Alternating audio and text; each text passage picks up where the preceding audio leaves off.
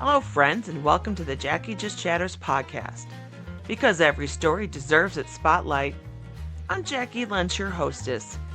And whether you are new here or a repeat visitor, I'm happy you've joined me today. If this is your first time listening, this is a storytelling podcast in which whimsical tales are shared in every episode, full of humor, heart, and possibly inspiration. Today we are talking about art, Maine, memories, and an extraordinary giveaway opportunity you don't want to miss. So stick around.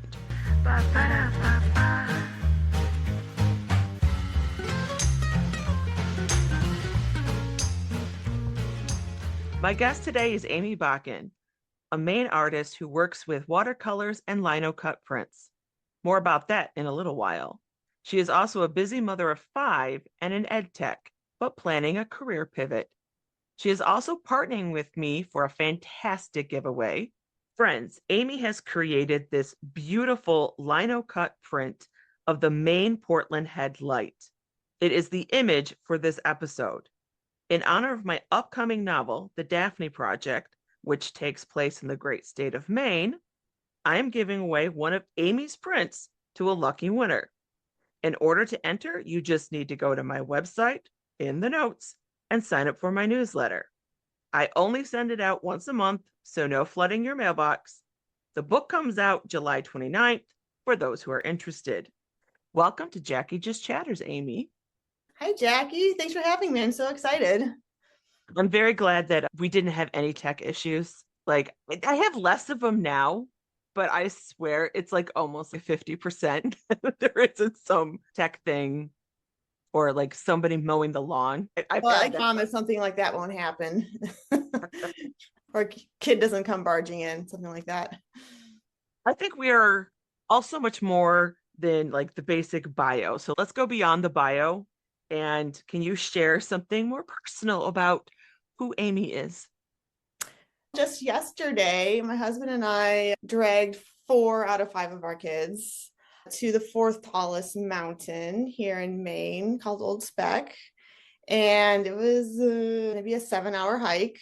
Wow. Yeah, it was not the biggest or hardest one we've done, but it was up there. And we just hiked on up to the top, and we get up to the top and you couldn't see like anywhere. There were just trees all over. But there was this like a lookout tower. So we had to climb up this tall ladder to get to so that part was the hardest part, honestly, in the 7 hours was I had to climb up this ladder. Hike 7 hours up a mountain and then have to climb a freaking tower Ladder. to see Yes. anything. Yes. Although that makes me think of something crazy I've done before. See, when we first moved to Maine, our house was a really ugly mustard and ketchup color. People called it the mustard and ketchup house or the McDonald's house. So the first full summer that we were here, I'm like, I'm getting rid of that. But being on a budget, we couldn't just afford to hire somebody to paint the house. I spent the summer on a ladder and on our roof painting our house by myself. My husband helped me. Painted your house? Yes. Yep. A 2-story house. Explain to me where the yellow was and where the red was. Like, how was it the McDonald's house? So the main color was the yellow. It was not a really pretty yellow. And then the trim, the porch, doors were all a rusty red. Okay, so they knew exactly what they were doing. Like, they made all these elements the red to contrast against the yellow. Yeah, I think it was an intentional choice. Wow. I think it's been this color for a really long time. So we decided to give it a fresh start when we rolled in. I could imagine the artist in you going, no, bad color choices. I can't handle this. Yes.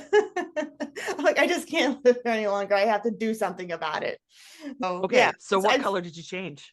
I realized that it'd be hard to change out all the red because like it has a big porch in the back that's red. I didn't want to have to do all that.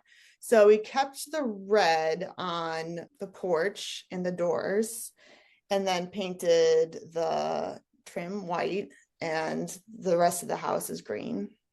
Oh, that must look beautiful. Yes, I'm much happier with it. Now it feels like home. There is something so much about doing house projects That's what makes the house feel like a home. When you've spent time, you put your stamp onto it, it transforms from a building to a home. Yeah, and like you're not living in somebody else's home. You'll probably find a theme throughout the stories that I tell that we tend to do crazy things. Things Well, that's like, fun. yeah, our whole story with like just moving around and all that. I think to a lot of people, it wouldn't necessarily make a whole lot of sense and be like, you guys are crazy. But we like living like that. So we do things like paint our house. So we're giving away a linocut, Amy. Let's talk about what the heck a linocut print is, because I'm sure people want to know. Actually, I didn't even know what they were until a couple years ago. A lot of people are familiar with like woodblock prints, where you carve into a piece of wood and then you lay some ink on it and then you lay your paper over it and print it. Linocut is just using linoleum instead of wood to carve into, which is much easier on my wrist. My wrist actually, it is metallic. It has a screw in it from a ski accident. Oh my. It's a lot easier on my wrist and quicker. You don't have to use like hammers to chisel away, which I appreciate. What it is, you take this linoleum, which I also like that it's a very natural product. It's made out of linseed oil and kind of like sawdust or wood pulp, something like that. It's all very environmentally friendly and it's affordable. I make my design, I have my idea, something that I'm inspired by, and then I work on refining my design, which is one of my favorite parts of the whole process. Once I have my idea down on paper, I know which color I want to go where. I like doing something called reduction linocut. So, like a lot of linocut, you might see just black and white. That'd be you just take a sheet of linocut, you carve your design into it, you ink it up with a solid color and print it. And you can print that as many times as you want. I'm not as interested in that doing that kind of linocut. I pretty early on realized I love color. I'm into watercolors. Makes sense that I still want to use lots of colors in my printing. What I do is reduction linocut. Let's say I'm doing a landscape. The first thing I'm going to want to carve out will be the white of the paper. So maybe I'll carve out the clouds because I want them to stay white. So then I ink up, let's say, just a blue, a solid blue or a gradient of blue. And then I lay my paper down on that after I carve out the white part. And I either rub it or I press it. I have a little press here at home that squeezes the paper onto the linocut. And then you just have the blue on the paper. I let that layer dry. It takes about a week when it's humid. Yeah. It takes a week to Yeah. let that dry. Holy Yep. wow. I could add things to it to speed up the drying process, but I don't because I don't have time to ink up more than once a week.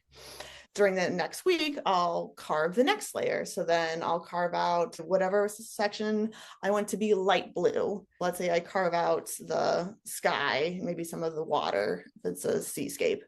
And then I ink up, let's say, a darker blue or a green for the next layer. And then I go through the process over and over again with a different color every time and just gradually carving away at the surface. And then finally, usually after about 7 layers, but I've done as much as maybe 12 or 13, I have my completed image and the linoleum is completely carved away. There's nothing left to it. It just goes into the trash. And I cannot make any more. So once those are sold, that's it. What you got? That's what you got. And I do pretty small editions of usually like 10 or less. 7 layers with Yep. a week in between each one. Yeah, so it takes me a while. Oh my gosh, those are so intensive. Yes, they're very time intensive. I love it. I love that every single print is an original piece of art. Like they all vary from each other slightly, okay? Because I'm hand printing these. There's going to be little variations, little blobs of ink here, whatever, but generally they look similar. And so everyone's an original piece and it keeps me engaged and interested for, let's say, 7 weeks of doing this. Usually I get tired of something within 7 weeks. I don't have the attention span to work on, let's say, a watercolor for 7 weeks, which Lots of artists are, and they're amazing. I do not know how they maintain a project for that long. But for the linocut, it keeps me coming back to it because there's so many different stages that you go through in it. So there's the carving stage, there's the inking stage, there's the design stage, and then you just keep on doing it. My brain hurts trying to think about, okay, this image and 7 layers and what is going to be in each 7 layer. Like, I just don't have the skill set. I could not do that. That just is amazing to me that you can picture it in your head 1 layer at a time. That's a That's phenomenal. definitely been like a learning process for me. And sometimes I've gone into things not planning it out well enough. And I get halfway through it and I'm like, oh, shoot. Because you can't uncarve the linoleum. You can't remove the ink once it's on there. It's a very unforgiving medium. So and some linocut artists are very good at just going into it, just on instinct and just doing it as they go. I can't do that. My most successful pieces are the ones where I've really thought through my colors and where I want them to go. And I think as I do that more, I'm also getting better at learning to flex in the middle and create without sticking to the plan. It's just phenomenal skill and talent. What did you say your longest, what was the most layers you had? I want to say one of them, and this is one that I did not plan out. So I don't think I went into it intending to do as many as I think it was 12 or 13 layers. I had a lot of layers in there where I do it and then, oh, that didn't quite turn out the color that I wanted to. So then I'd go back and go over it. So it became a lot more layers than I set out intending to do. Although it was a very successful piece. I really like it. So there's something to be said about that as well. What got you started in this medium? When I lived in the Chicago area, maybe what year is it, 2005? This might have been about 4 years ago. I went to an artist guild meeting at the local library, and there was a woman there named Sherilyn Nat. Not sure if I'm saying her name correctly, but she's C Lynn on Instagram, so I still follow her. She was there and she had a whole bunch of her prints there. She does a bunch of different kind of printing, but I was especially interested in her lino cuts, which I'm sure I'd seen them before, but I didn't know what they were, what lino cuts were. Everybody, I'm sure, has seen lino cuts somewhere or another, but maybe didn't know what it was. And now that I'm halfway through this, and I've been saying lino cut this whole time, I do have to admit that I don't know if I'm saying that correctly because I have heard other people call it lino cut because it's linoleum, not linoleum. So I'm probably like the Ah. only one out there saying it like this. And it's probably actually lino cut. I don't know. But that's what happens when you just read about things. Yes. Oh my gosh. Somebody sent me a video clip of there is this British cook, really famous, Nigella. Talk Yes. about Oh, getting I into know it, what you're right? going to tell me. Yes. Oh, okay. I You've love seen this. it Yeah. where she pronounces microwave. What was it? Microwave Microwave or microwave or yes, yeah. microwave. Yes, that was it. Oh my God. I laughed so hard. I'm like, maybe I need to just start changing the pronunciation to that. So I could be saying it wrong, but yeah, if you've heard linocut, you might be completely correct and I'm completely wrong. But it's too late for me to retrain myself. Linocut for today. Where were we with that? I just went off on that You were in tangent. Chicago. Oh yes, thank you. In Chicago, and this artist there brought her work, and she just talked a bit about the process, and I was just hooked. I was like, I have to try this. It was almost Christmas time at that point, so I just went on over to Hobby Lobby and I bought a speedball lino cut set. So anyone can go to a craft store. It has some inks. It has a little like carving set. I made my Christmas cards that year. It hurt my shoulder so badly to rub 30 cards, one after the other. And I really love those. I thought that was so fun to make those, send them out to our friends and family. I did a little bit more lino cut after that, but I didn't just like completely fall head over heels for it at that point. It was just in my new tool set. And then shortly after that, we moved to Maine. When we moved here, I don't, I just started pivoting away from doing a lot of watercolor. Earlier, I was doing a lot of watercolor portrait commissions. I really love portraits. I was stuck at home for years on end during COVID around faces. I was around my family a lot. So I was just inspired to really hone in my skills on portraits, which I enjoyed. But then when we moved to Maine, all of a sudden there's this whole new world around me. I'm like, oh my gosh, like everything here is so beautiful. I want to do landscapes. I'd seen an artist named Laura Boswell. She's a very good reduction linocut artist out of the UK. I was inspired by her to give this reduction method a try. So I gave it a try on a seascape, and it was very challenging. So many mistakes to be made because you got to line that paper up perfectly, like every single time. There's a lot to learn with trying this, but I was hooked. I just loved it. That was 3 years ago. I've been doing it ever since.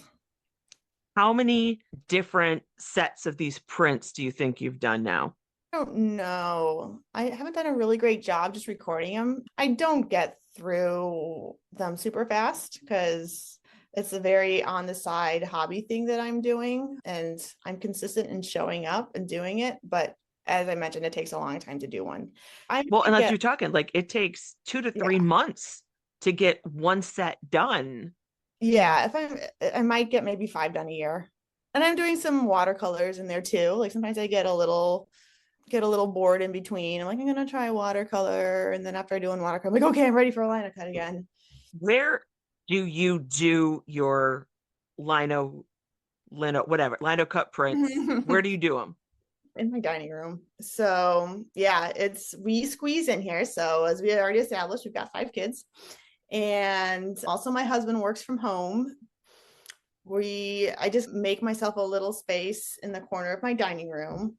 I have an art desk there, and I'll have a little shelf next to it to put prints to dry.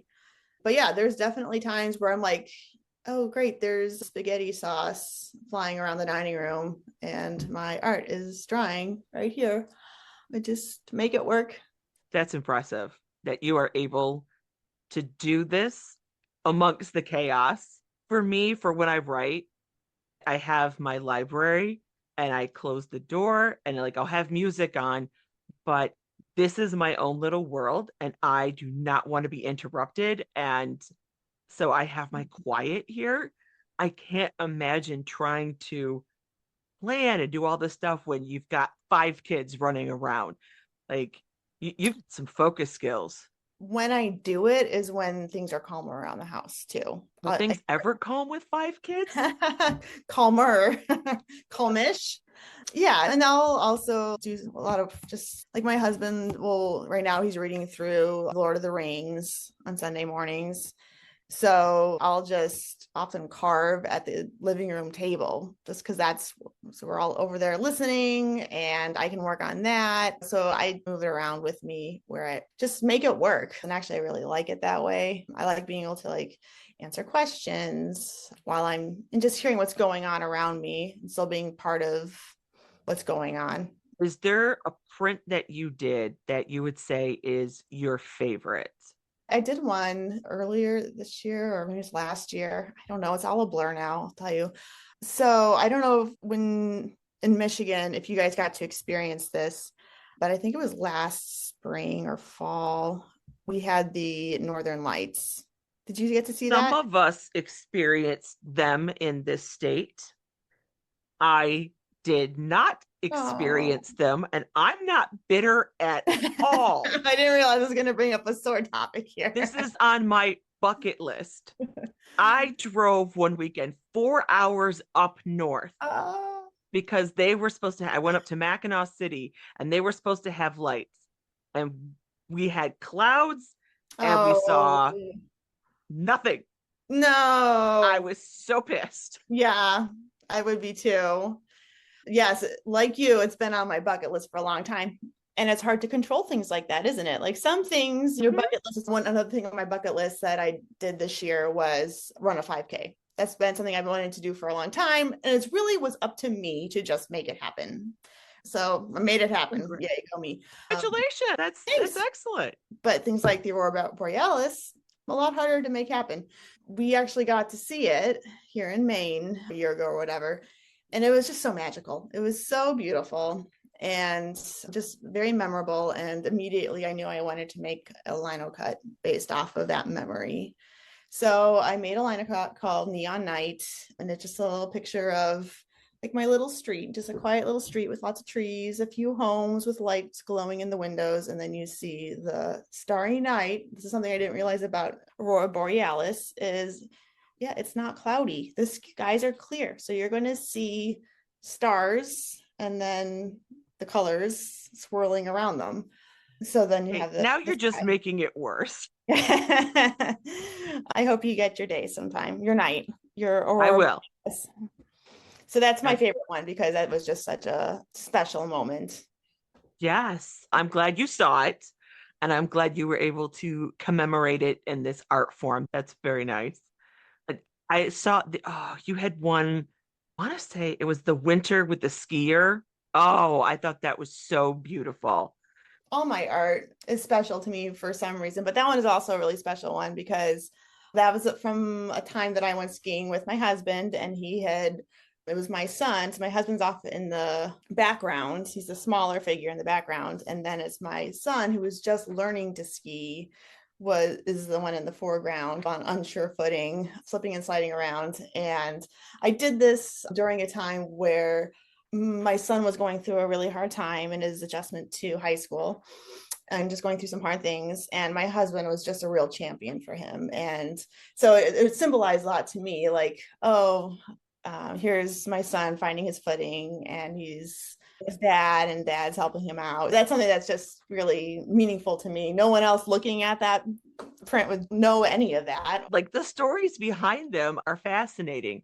So the one that we're giving away, the Portland headlight, what inspired you other than it is one of the most iconic lighthouses on the planet, honestly? I went there with my parents.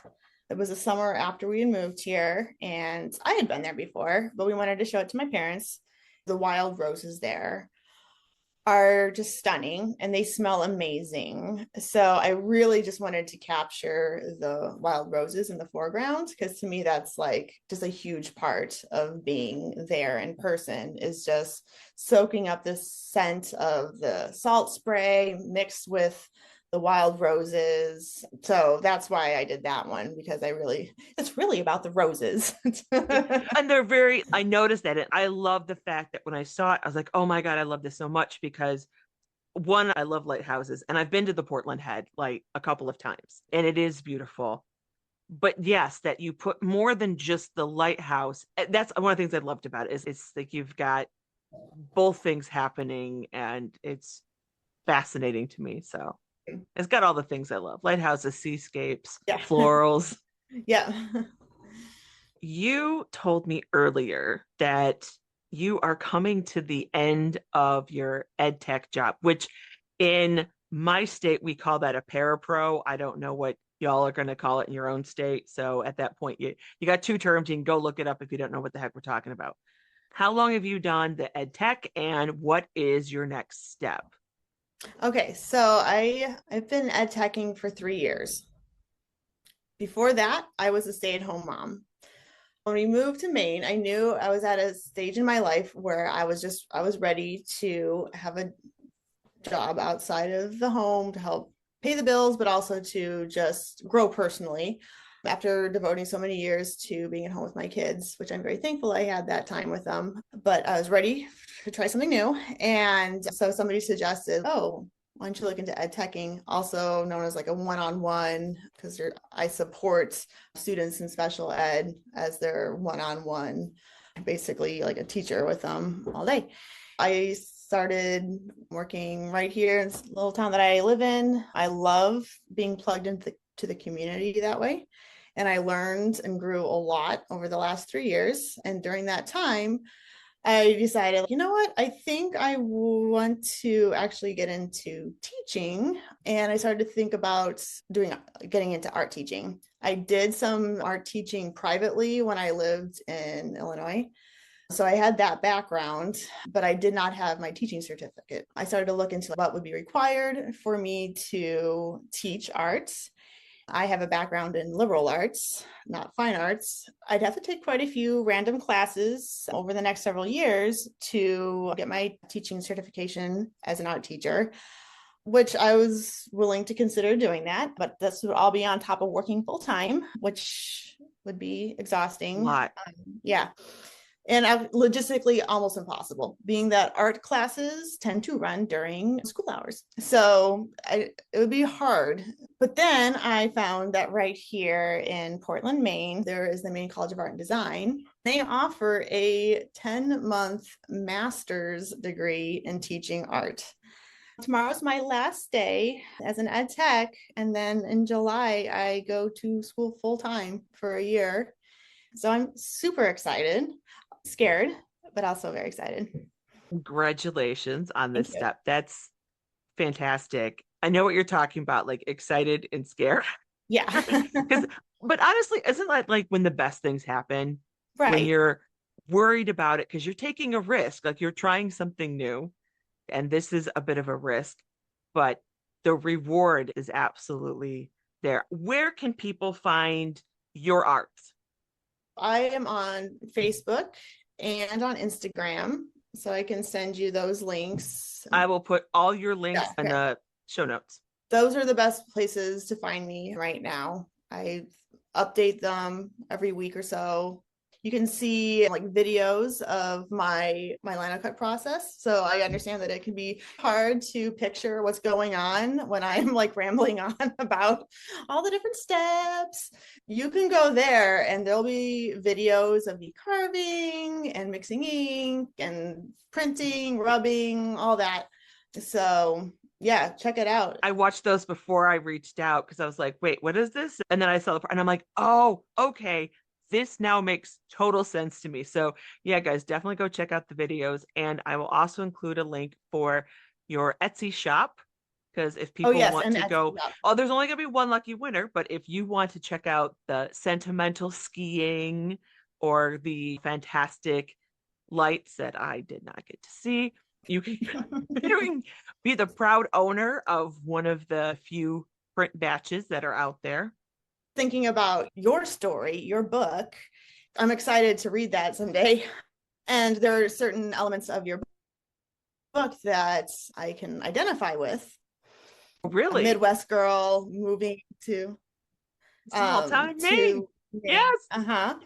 And another element of your story that I identify with is even though we moved to Maine because it's my husband's family who lived here, so he's the one with the history with Maine, coming here every year to visit his grandparents.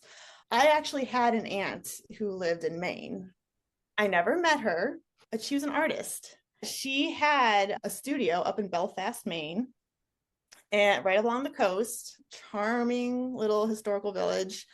And so she was like an established, successful artist. I was always like inspired by her. I had her art hanging up in my bedroom growing up. She drew like these beautiful pencil sketches. So I'm like, oh, my aunt's an artist. So now I want to go up to Belfast and try to just walk the area that she lived in. She's no longer alive. But something that I thought was really cool about her is a little while ago, I posted a picture of one of her pieces of art, a piece of art that I have in my daughter's bedroom of a bunny with a piece of clover in her mouth. So I posted this on Facebook to say, oh, yeah, my aunt was an artist, and this was one of her pieces of art. And a friend of mine who lives just down the street from us, who has a daughter who's my daughter's friend, she's, I have that exact same piece of art hanging in my daughter's bedroom. I got that when I was a girl, and I was inspired to learn how to draw. Like I wanted to become an artist because of my aunt. She even showed me pictures of that she had drawn when she was a girl based off of my aunt's art. And so like, Wow. yeah, and here we were growing up on like different parts of the country. And my aunt, Virginia Miller, inspired both of us to draw. And so we're connected through my aunt's art. So I don't know, I find that very just Amazing. a really cool story. Just reminds me like how art brings people together and inspires children and adults in a What are great the way. odds? And I love the fact that, like, you talk about the connection with the book because Daphne, her aunt has passed away and she hasn't seen her in 20 years. And one of the things she's trying to do is piece together her life, her aunt's life, and what happened in those 20 years, and having to do all of it where she's not there. She's having to do it with the things that she left behind and the people she left behind. And it sounds similar with you're trying to learn about your aunt from the imprint that she left behind. Yes, yes. In fact, I've asked like my friends, I'm like, please find out more, like, how you got this art. Like, it sounds like her grandma gave it to her. Did you know my aunt? I'd like to piece together a little bit about my aunt's life and go up to Belfast and just kind of walk around the area and imagine I was her for a little while. That's amazing. I love that story. And when you go on your trip and you find out more about her, I totally want to know because now I'm really Okay. curious. You've got me wondering, like, oh, what was her life like? Amy, I want to thank you so much for coming on the show, telling us about this amazing art process, and just being part of my giveaway of your art. I have so enjoyed getting to know you, and our chat has been fabulous. Oh, thank you for reaching out and asking me. I've never done this podcast before, so I knew, oh, I'm going to regret not trying this one. This would be fun. I'm really glad I did. Thank you, friends, for joining our chat today. If you want to win Amy's original lino cut print of the Portland Headlight, head over to my website, links in the show notes, and sign up for my newsletter. Don't worry, it only comes out once a month, so I won't be flooding you with material. The contest ends on July 14th, 2025.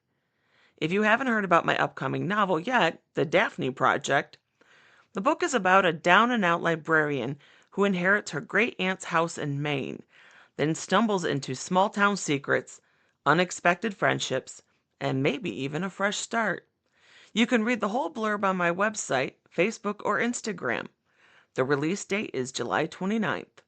I'll be back with season 4 in September. Until then, I wish you well.